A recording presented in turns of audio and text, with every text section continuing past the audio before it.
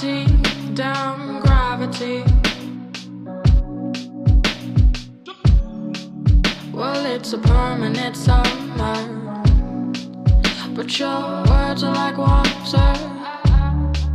Oh, I've started to like you, but maybe you just don't understand. Been gone for a few days, oh, I like being out of your way. It's not like you have much to say.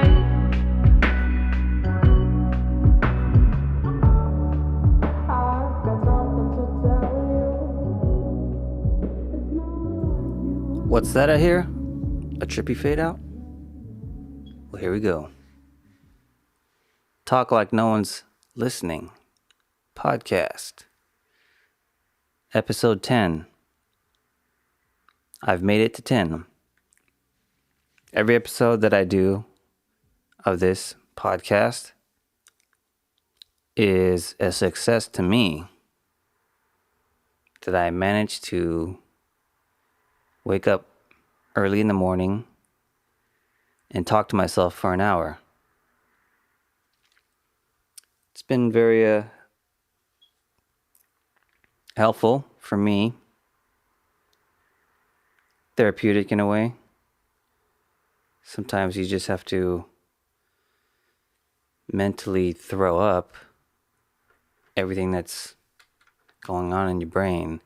I forgot to trim off this little thing, so you're still hearing the music in the background a little bit, but probably don't notice. Anyways, so when I'm recording myself, I'm using Logic Pro X. You could use really anything, I guess, to record, but that's just what I happen to use. And it's nice that if you have something like this open, and it's what I use usually, or a lot, to do music and audio stuff, you just have a lot of tools available to you that maybe you don't necessarily need in a podcast, but it's nice to know that you have them. That, whoa, shit. That was weird. It's nice to know that if you wanted to, you could just get weird and creative with it and just, what? Huh? I don't know what's going on. I don't know. Okay, yeah, I was just saying, if you wanted to, you could just start getting creative. Whoa, you could just start getting creative with the fact that you're just talking to yourself. Have more fun. Like, because sometimes you just run out of shit to say. Okay, so just be normal right now. But sometimes you don't always have something to say. But you have something that you can do to be listenable to an audience out there in the world. And maybe people are on drugs. And maybe they're not. But they wish they were. Shouts out to those type of people that wish they were on drugs. I don't know what's going on, but listening to my voice with this effect is making me feel weird as fuck. And back to reality. What is reality? I have no idea. Ooh. So let's talk about something meaningful. That song that you heard in the very beginning, by the way, was a song called Damn Gravity by an artist named JABS, as in multiple quick punches with your leading hand to somebody's face. Or not, maybe it's just coincidence that it sounds like that. Anyways, the reason why that song is included with this episode is because I produced it. And I produced the whole EP for JABS titled Moments, which is out now. And it's the first thing I've done, I guess, as an official production project that got released since a very long time. It's probably maybe the only thing I've done in the last 2 years. And hey, there you go. There's something. Now, if I could only keep doing that on a consistent basis, I might be getting somewhere with this music thing. But for now, that's my offering. And it's a 4-song EP. Check it out if you haven't. People seem to be enjoying it, which is nice when you make something and you intend for people to enjoy it, and then they enjoy it, and you're like, hey, yeah, I did that thing that I was trying to do. And it's a funny story. Maybe not funny, but it's an interesting story about this project and how it happened and how I worked on it and all this. So how about we take a trip down memory lane? So I started this. The reason why I picked Gravity out of the song Damn Gravity out of the 4 was because this was the first one I had made out of all the songs. And there's something for me that set the tone of what I was going to do for the other songs. And the way this whole thing came about was a little like, it was different. It wasn't a thing where she was an artist that I had known about and that I was a producer that she necessarily knew about. I mean, most people don't think of me as a producer, and neither did I for quite some time. But obviously, I produced something and it's out, so call me producer. But yeah, it was just a thing where I didn't have really any idea, plans that I would be doing something like this. I just started to work with her as an engineer, strictly as an engineer, just recording her, and she's making songs on her own and whatnot. And after a few times of recording with her, we were mainly doing songs where she would have a track that she had gotten from someone somewhere, and she would write to it and record to it, and that would be it. And then one day, I got there, and then she just said, "Oh, I don't have anything. I don't have any tracks prepared or with me." I said, "Okay, well then, what are we doing?" And she just asked me, could I make something? Like on the spot. So she put me on the spot, and my initial thought was, in my own head, was resistant a little bit, just because I didn't feel prepared. I hadn't been. Oh shit!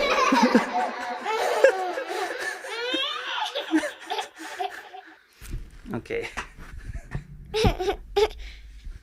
Say good morning. Good morning. My name My name is is Hida. Pia. How are you? How are you?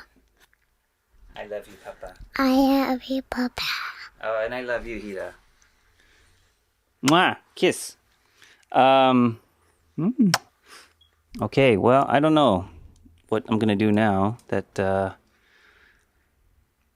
Hida, do you want to do a podcast with me? You want to just sit here and we'll talk? You want to sit here in the chair? Okay, you sit down here in the chair. All right, everybody. We have a special guest in the house today. We have my daughter. What do you want to talk about today? Did you have a good sleep? Yeah, you slept all night. You didn't wake up. You didn't wake us up. Did you have any good dreams? What did you dream about? What were you dreaming about when you were sleeping? Do you want to say something? Me. Look at this. That. Uh-huh. That. Yeah, no, don't touch that. Just say something. Here, hold on. You need these. Okay. Headphones. Hira needs headphones. Okay, go ahead, talk. Here. That's your voice. What do you want to say to people? You want...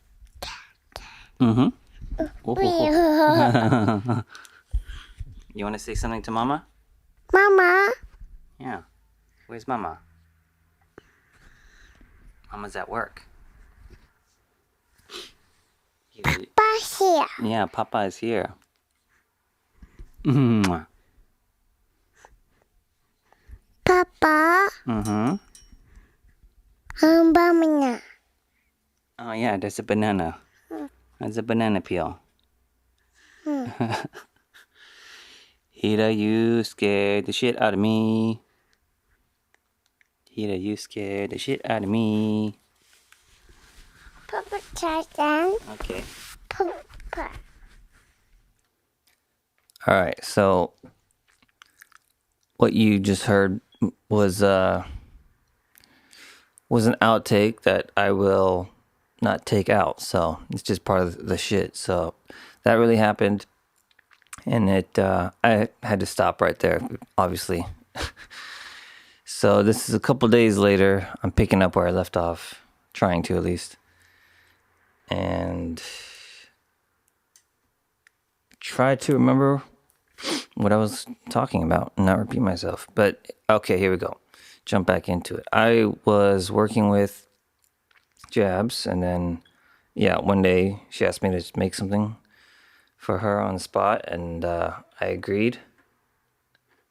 But in my mind, I kind of just was not expecting that. So, and I hadn't been producing much in a while, so I just felt like super rusty. So I just felt like, whatever I'm about to make right now is not going to be great at all. So, but I just didn't. Also felt it was, when I thought about it, it was like a low pressure situation. I was just like, whatever.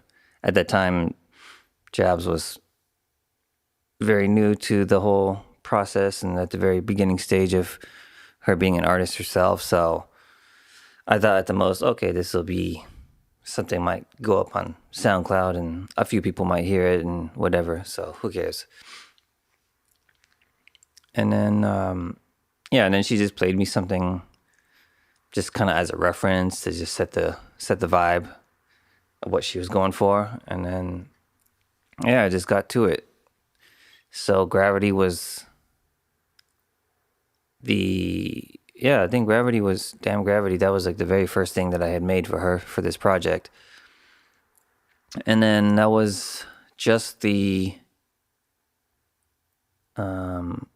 just did the basic kind of beat of the track, like what you hear going on in the verse, like that's kind of what I came up with.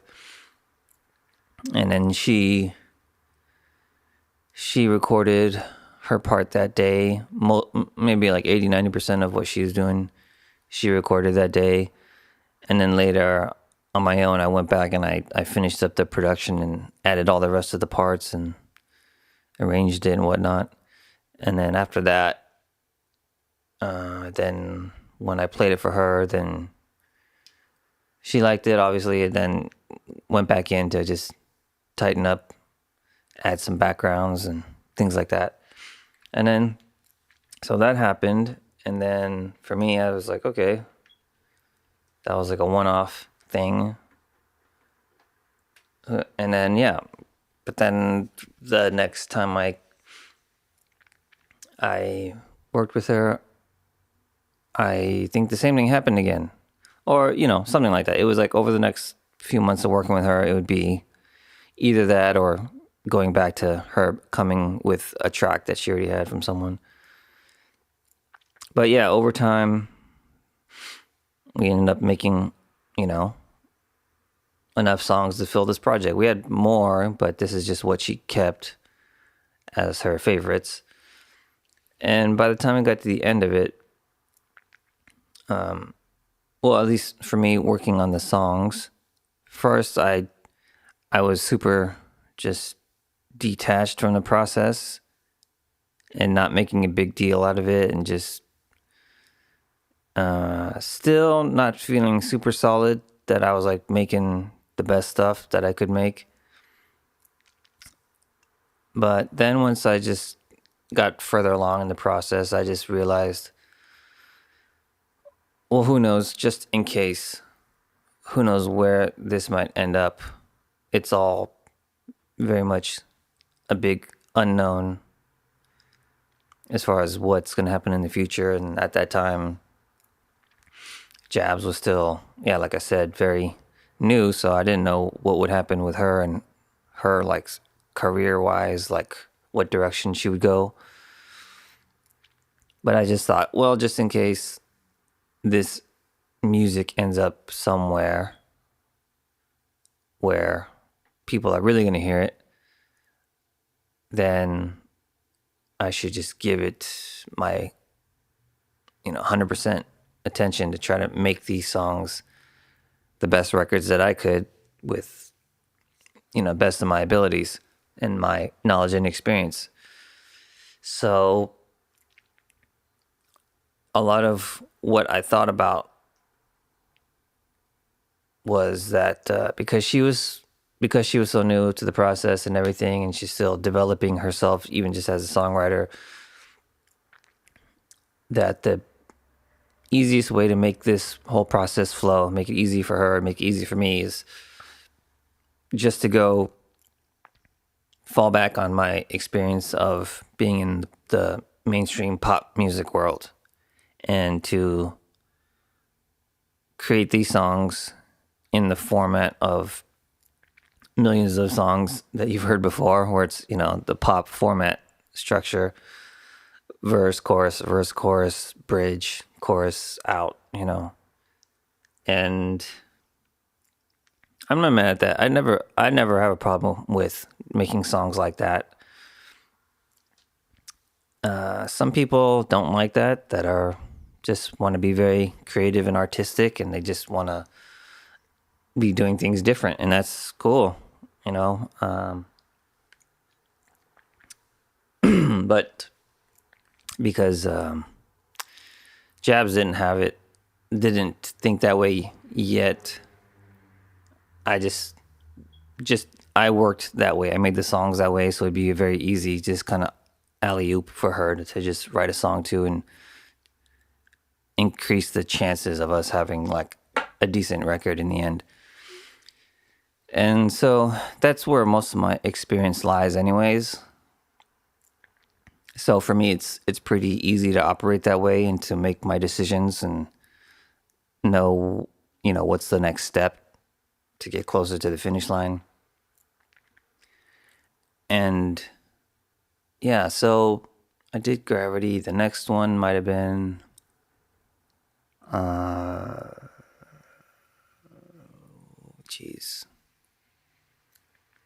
the next one was probably Undone. Maybe not the very next one, but just in the sequential order of the songs on the EP. Undone, that was the next one. And once I got to once I started making that track, it started with exactly what you hear in the very beginning of the song. It's just that kind of synth pad thing going on. That was the very first thing I added. So it was super just had no idea what direction it was going to go. And then I think once I got to where I was doing the chorus section, when all the drums and the bass come in and all that, that part happened like pretty quick and pretty easy. And I was kind of, I was surprised, in a good way that, wow, okay, this track is happening by itself almost. It just kind of seems like I wasn't really thinking too much about what I was going to do and what sounds and what patterns and things like that with the drums and the bass. I just kind of was like, okay, whatever, just here, how about this? And I just would do it and not really think about it, and ended up keeping it. So once I got a little bit further along and I'm listening to it, I'm like, oh, okay, where did this come from? And then once I heard that also, it also gave me ideas of what else to do to finish it. It gave me a song popped into my head to as a reference for myself of like, oh, okay, it's kind of feeling like this song, which is an old song. Like, let me make a new, I guess, modern version of what that song kind of feels like. And you might know if you know your shit. If your music library in your head is deep, there's some hints in there about what song I was thinking about when I made this. I won't say it. Let's just see if you can figure it out. But then it became very fun for me at that point, because then I was like, hey, okay, then now I'm making a song that is like a song that I personally really enjoy. That's an older song that I've just listened to for a long time. So for me, I feel like, okay, well, now I'm kind of making something that I want to be making, which at first I didn't feel that way. Like when I did Gravity, I just felt like, oh, okay, I'm just doing this just for her. I'm just giving her what she's asking for, just trying to be of service. And then, but in the end, I also like that song. But yeah, and then Undone was like, felt like, all right, this is kind of cool. I'm doing something like actually I'm getting, paid to work and produce and make music. And I'm getting to make, mostly like what I feel like I want to make. So I just had a moment of feeling like, wow, I just need to be doing this all the time. Or, I started thinking, how can I carve a path in my life so where this is actually what I'm doing? And, so moving on. And then, also when I would, after I would record the initial, first rough draft of the song with JABS, and then I would take it home to work on the production and add to it. I just felt like I was having a really good time doing that stuff too. I was playing, all the guitar stuff that you're hearing, and I'm not a great guitar player at all. For me, guitar playing is like an extension of making a beat on Logic, where I just can think of, notes, notes and chords just as like pieces of a beat, and not so much, I'm not coming up with it like I'm a real musician and I just can jam on my guitar.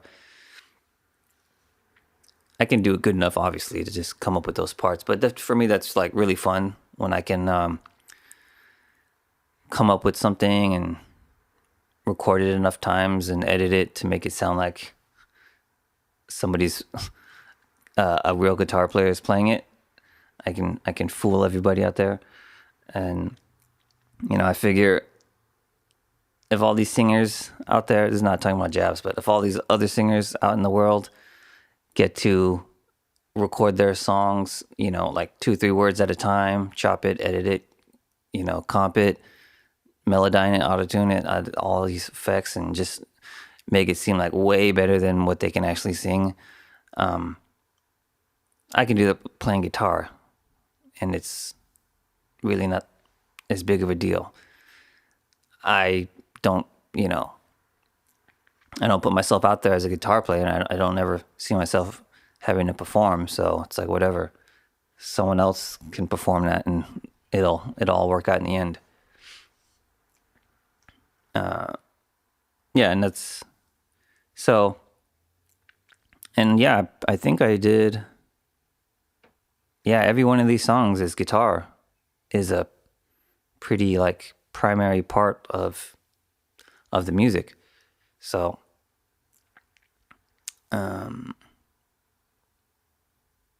yeah.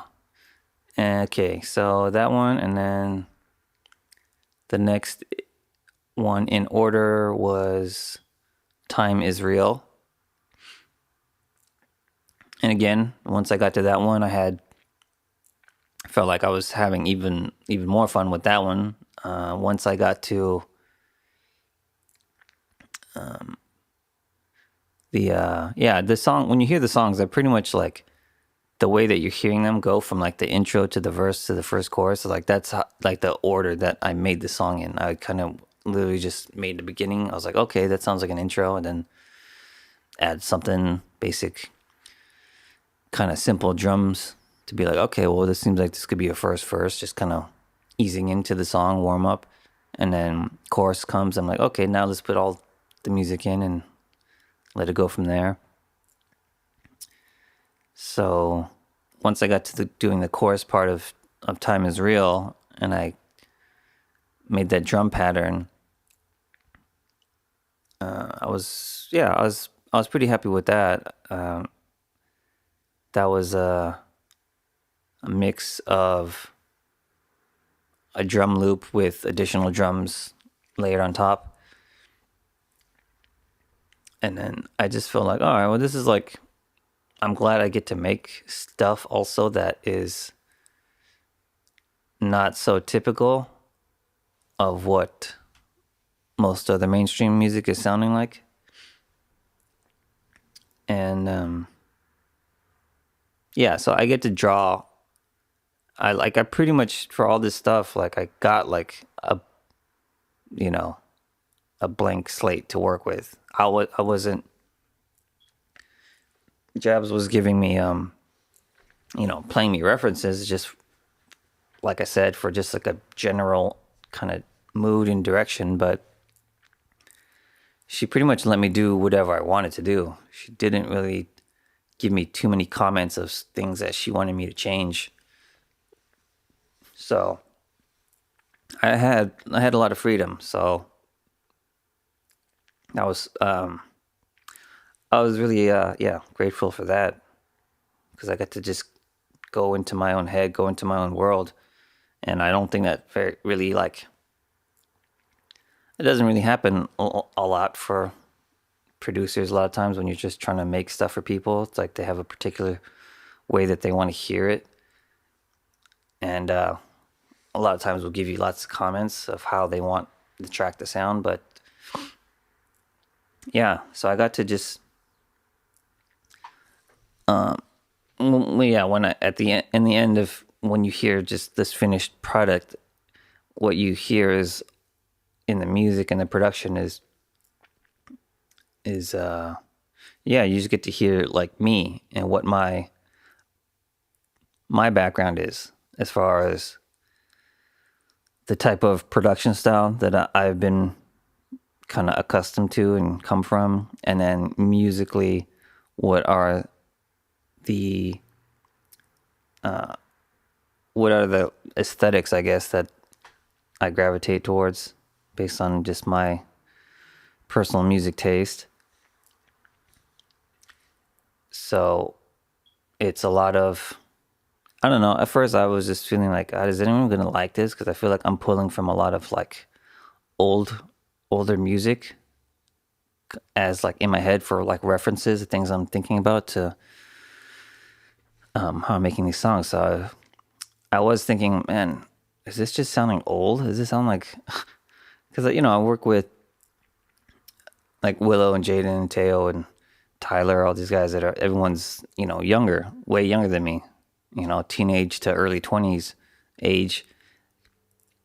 So I hear what they listen to, and I hear what, when I hear, them talking about other music that for me is not that old, maybe something from like the 90s or the early 2000s, it's old for them.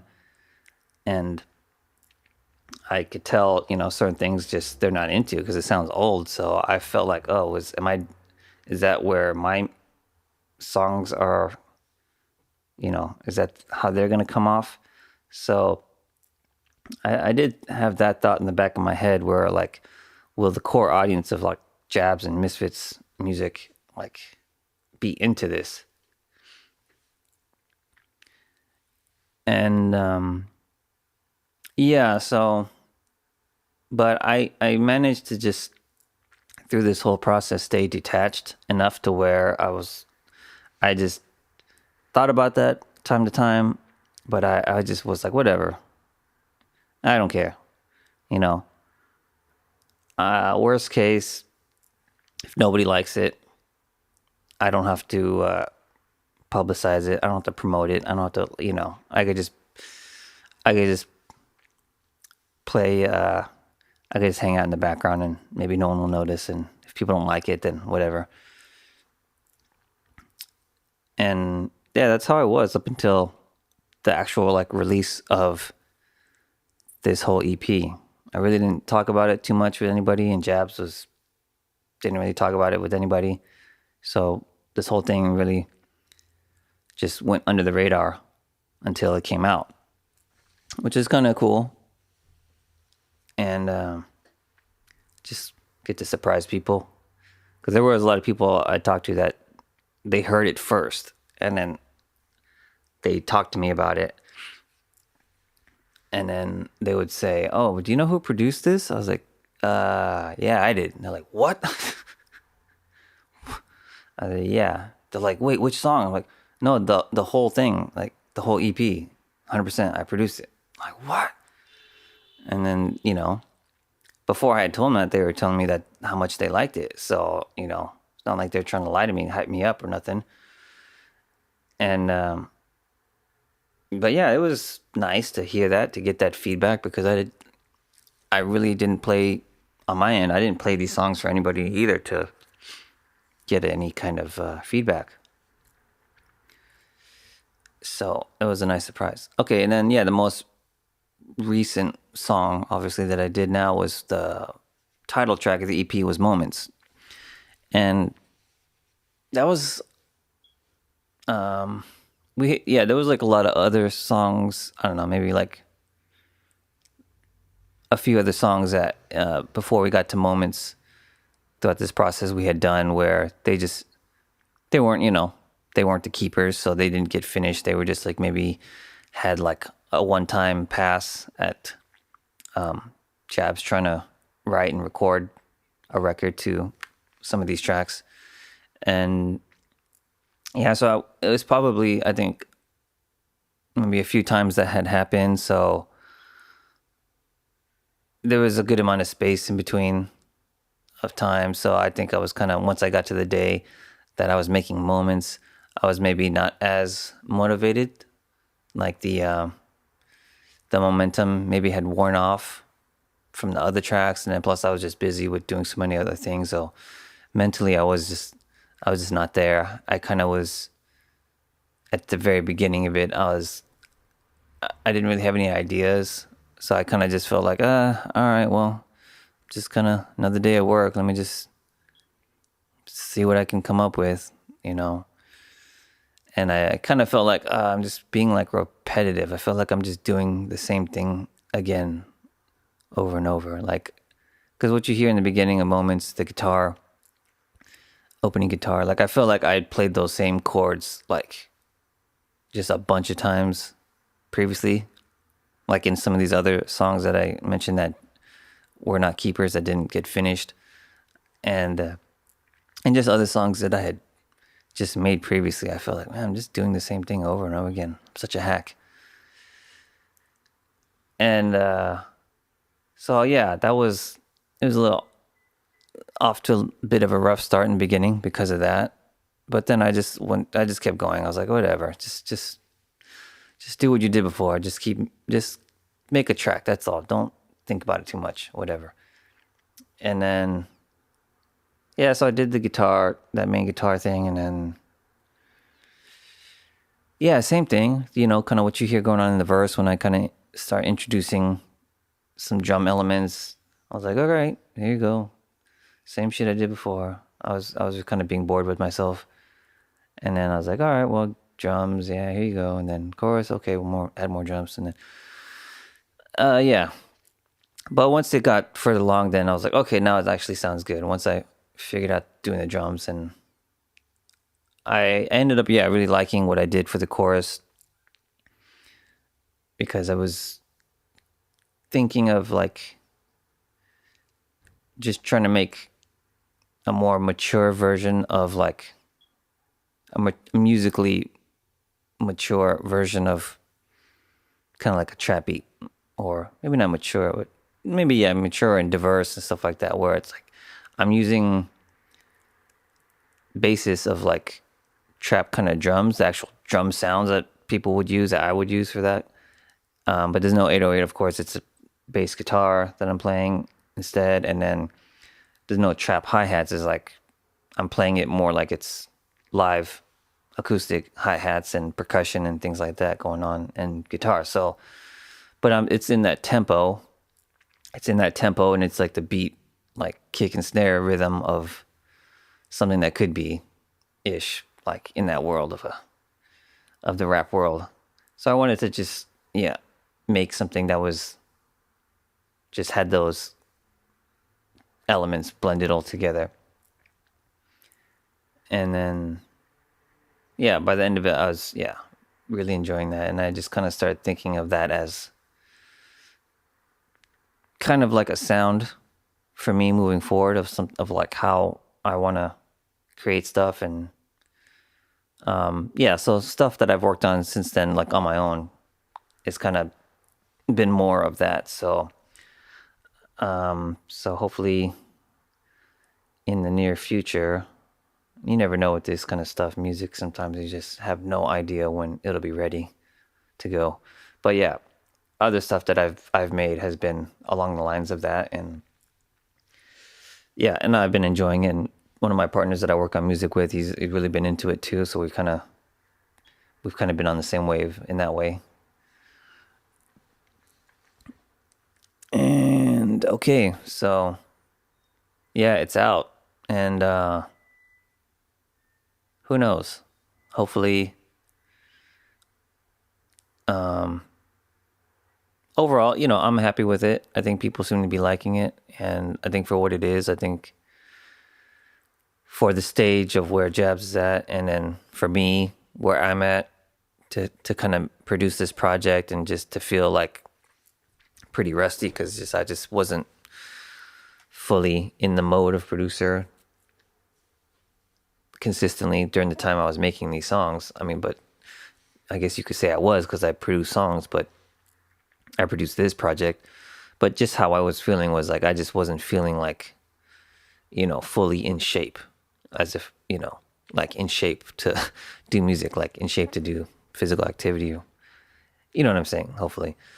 So I just had a little bit of doubt as far as like how good of a job I was doing.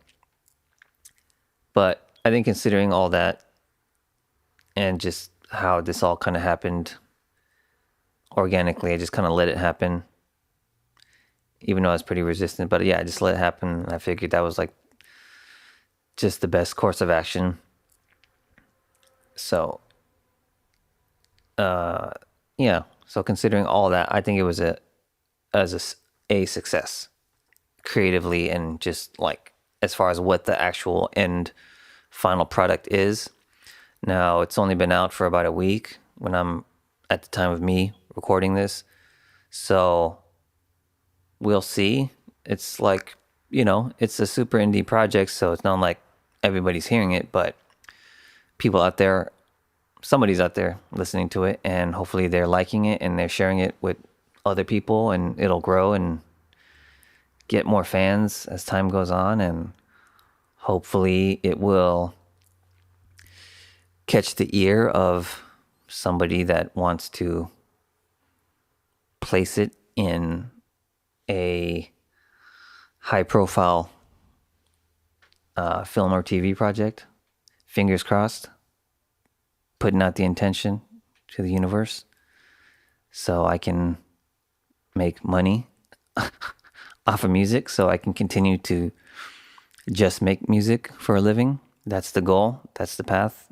That's pretty much, that's the plan A and the plan B, because I've realized at this stage of my life and career that that's really the only way this is going to continue. Maybe not the only way, but this is the best way that I can see that this continues for me, to where I can create and sustain the type of life that I want to live for me and my family, while doing what I'm passionate about at the best of my abilities, is to be able to, obviously make a lot of money off of what I'm doing. So that way I don't have to worry about anything else except making what I make, because now I'm still engineering. I'm still an engineer for hire. I work for lots of different people, and it's still, partly a job. Things that I got to do. Most of it I enjoy, but occasionally you still do stuff where it's like, all right, I'm just doing this just to pay the bills. Not really into it, but got to show up and do my thing. And I got to just basically, put aside the fact that maybe I'm not into what I'm working on. And I realize I can't do that much longer, because I feel like the more time you spend working in a field that is a passion project type of field, like music, whatever, your best result is going to come from when you're enjoying it. And every time you're working in it and not enjoying it, I feel like it's draining you. It's draining a bit of your energy, life force that you could be using towards the stuff that you want to do. That's going to be your best effort. That's going to define yourself, define your career, and get you somewhere. It's like the material that you make and release to the world. The stuff that's like, your real passion and love, that's what's going to go out into the world. That's what people are going to feel. And I feel like that's what's going to be the most, effective towards having people enjoy what you make. So, yeah, realizations.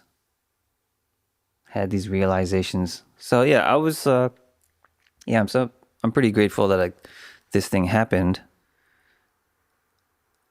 It's weird because it's like not a big deal, but then when I think about it, it is. Like, if you've listened to any of these other episodes about other stuff that I worked on, this is, when I think about it, this is actually the most significant for me personally, because this is, other stuff I talked about was stuff I worked on, like engineering wise, recording, mixing, things like that. And I enjoy that stuff too. And it's definitely one way that I like to work and operate, and one way I like to kind of put myself out there in the world to show what I do, what I can do, what I'm good at. But ultimately being able to like just actually be the creator and make all these executive decisions,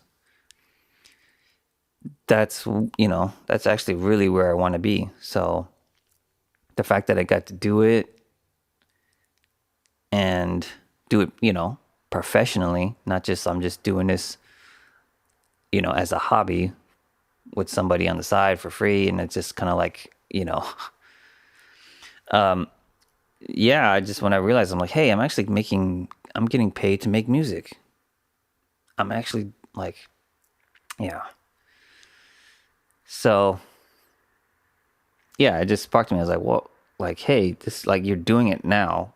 There's no reason why you can't continue to do this more in the future.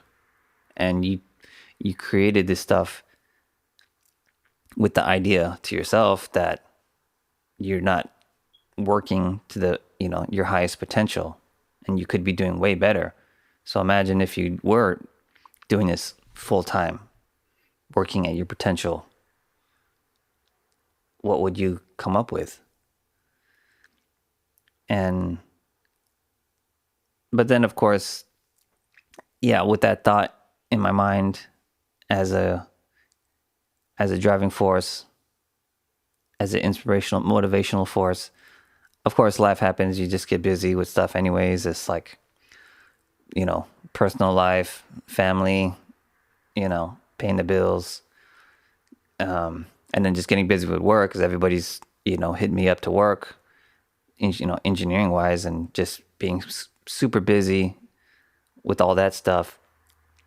My head gets cloudy trying to manage all this stuff. I'm not that great. The day that I can be able to have like an actual manager and someone to just sort out my life for me, and that'll be a big relief. That's the level I'm trying to get to. All right, edit.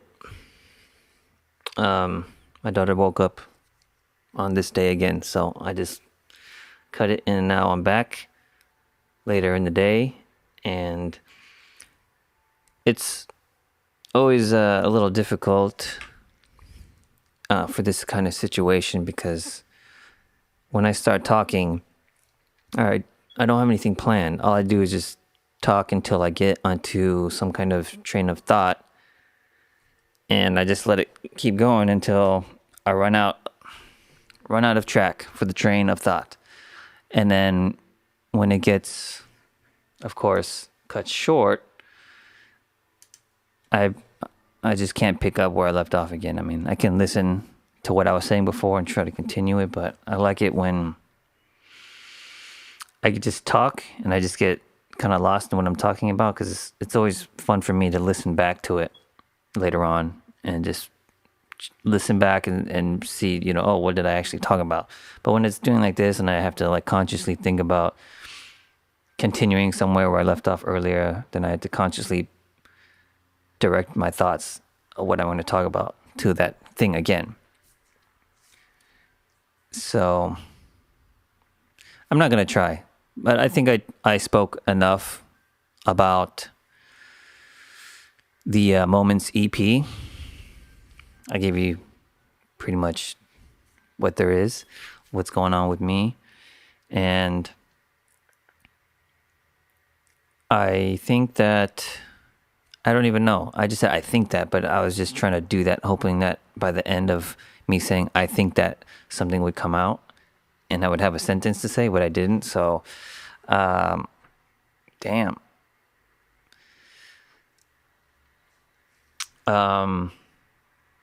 Oh, what about this though?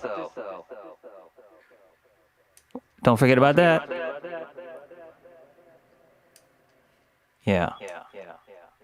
Anyways. Oh yeah, I should be doing that. I should have been doing that way more. There was like a whole period in the middle part where I just completely forgot to do that. This was a very sidetracked and distracted episode of the podcast. But it's not always easy to just get it all in one run like I've done in the past. That's ideal, of course.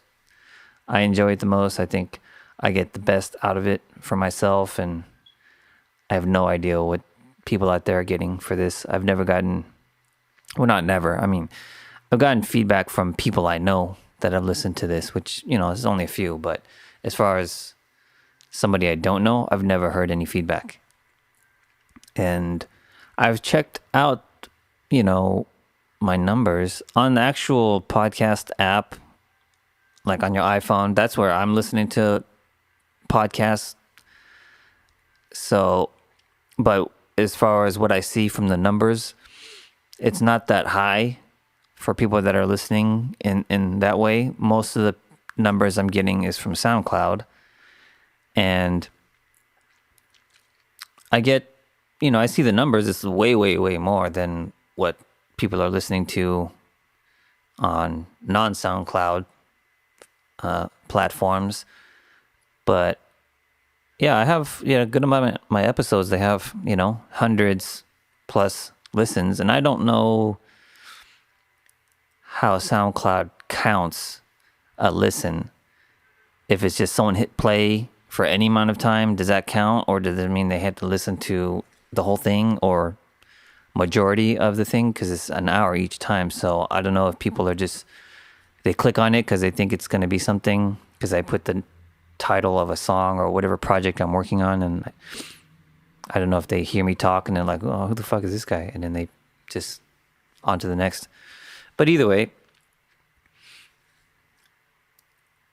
there's got to be at least some other people that are listening to the whole thing or most of the thing. If I have like 800 plays on one episode of this, they can't be like 800 some people that all just clicked and skipped it within a few seconds.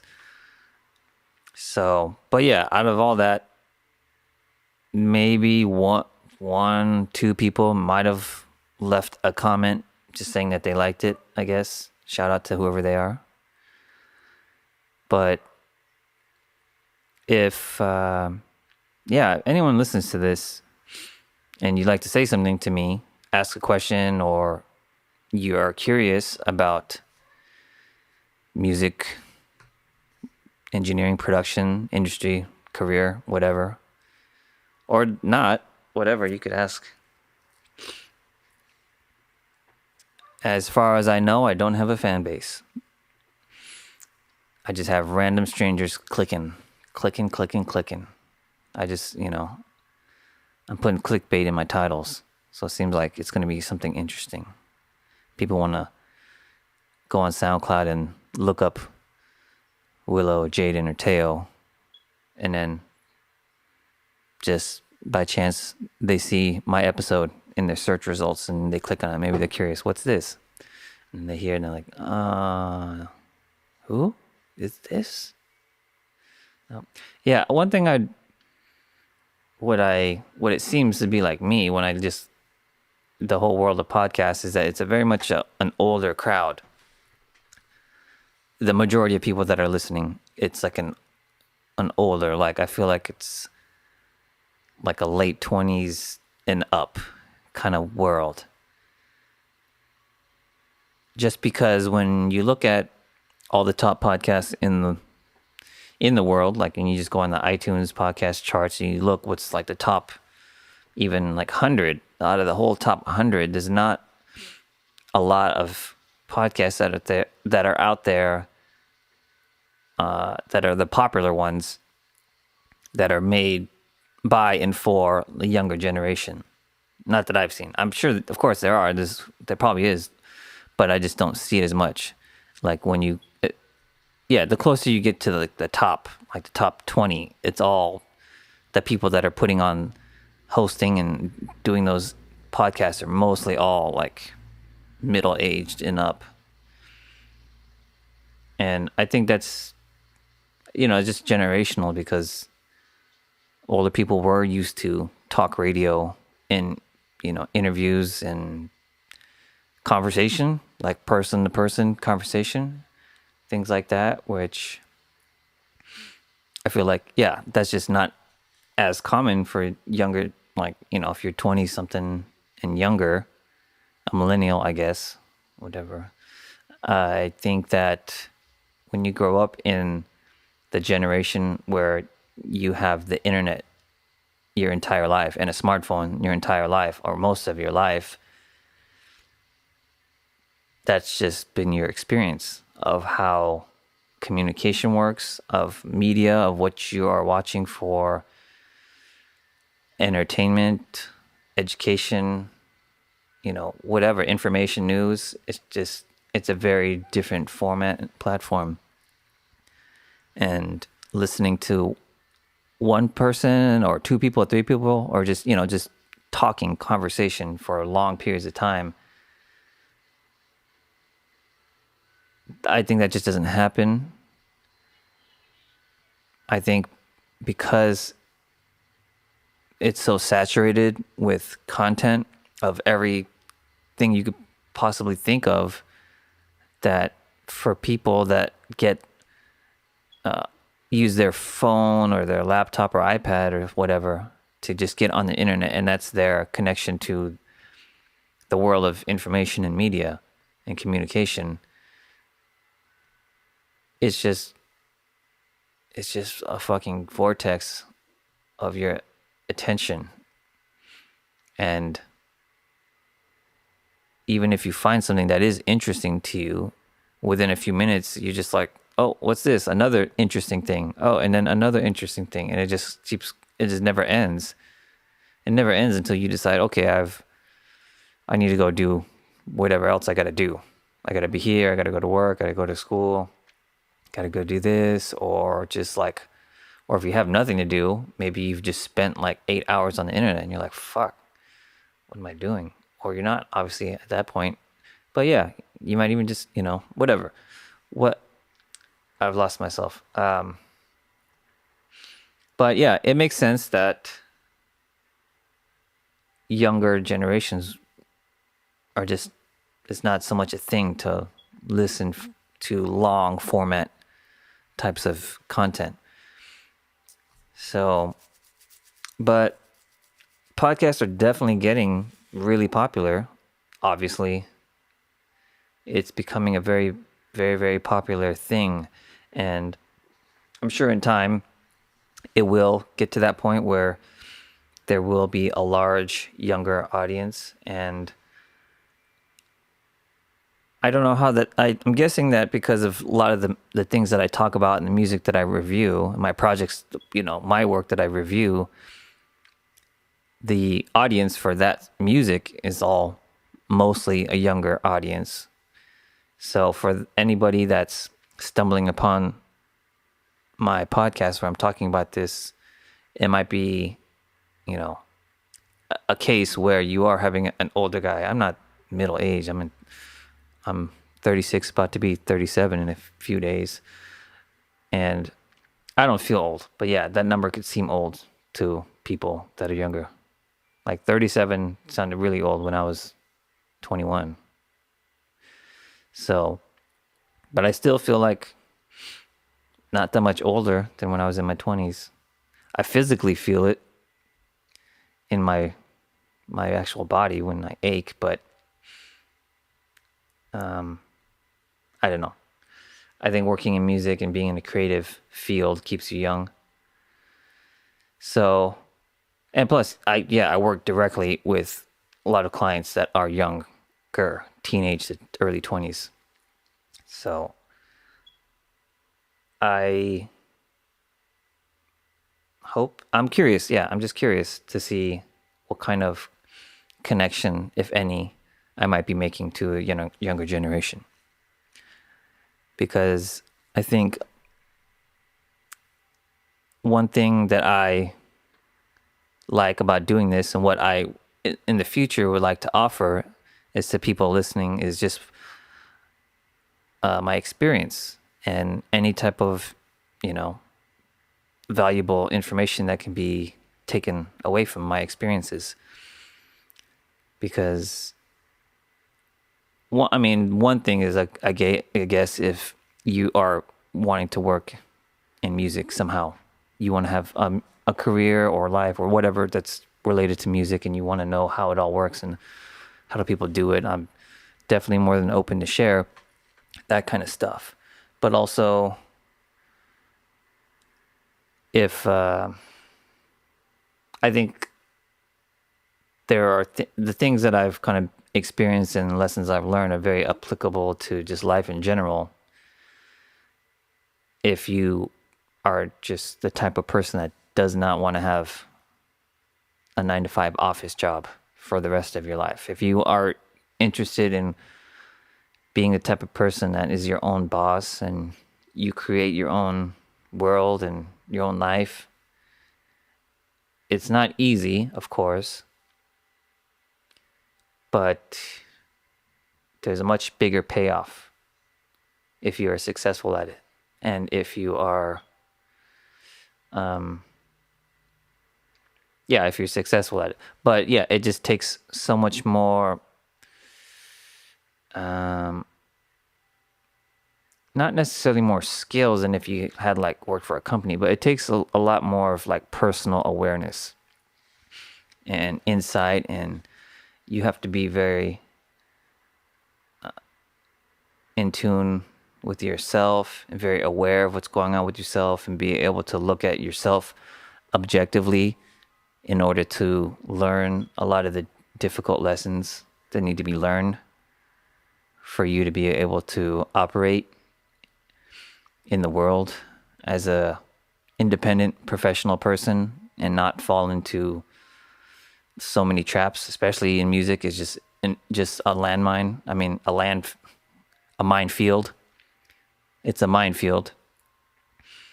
And it's, in my time I've been doing this almost 10 years, of all the guys and girls that I've met along the way that were doing this, is a very large, the majority of people I've met in every part of music that are engineers, producers, songwriters, artists, whatnot, have not made it. Like they haven't, like from the time I started, people that I met in the early years till now, a lot of them are just not around. Or at least they haven't really evolved, maybe. They kind of either just didn't make it, they dropped out, they moved on to something else, or just whatever place they were at, they aren't really that much further from it. They kind of got complacent. And this is not a field to get complacent at all. That's like, you just have to be a shark. You can't stop swimming, otherwise you die, unfortunately. So, yeah. Well, anyways, a quick little bit of 2 cents for y'alls. And working on more production stuff. And as soon as something is ready to go, I guess I'll be talking about it. And I don't know how long that'll be. So if it's not too long, I'll try to get back on here and talk about something else, something or other. So, okay. I gotta get prepared. Gotta get prepared. So anyways, this has been a Talk Like No One's Listening podcast, episode number 10. Hit me with it.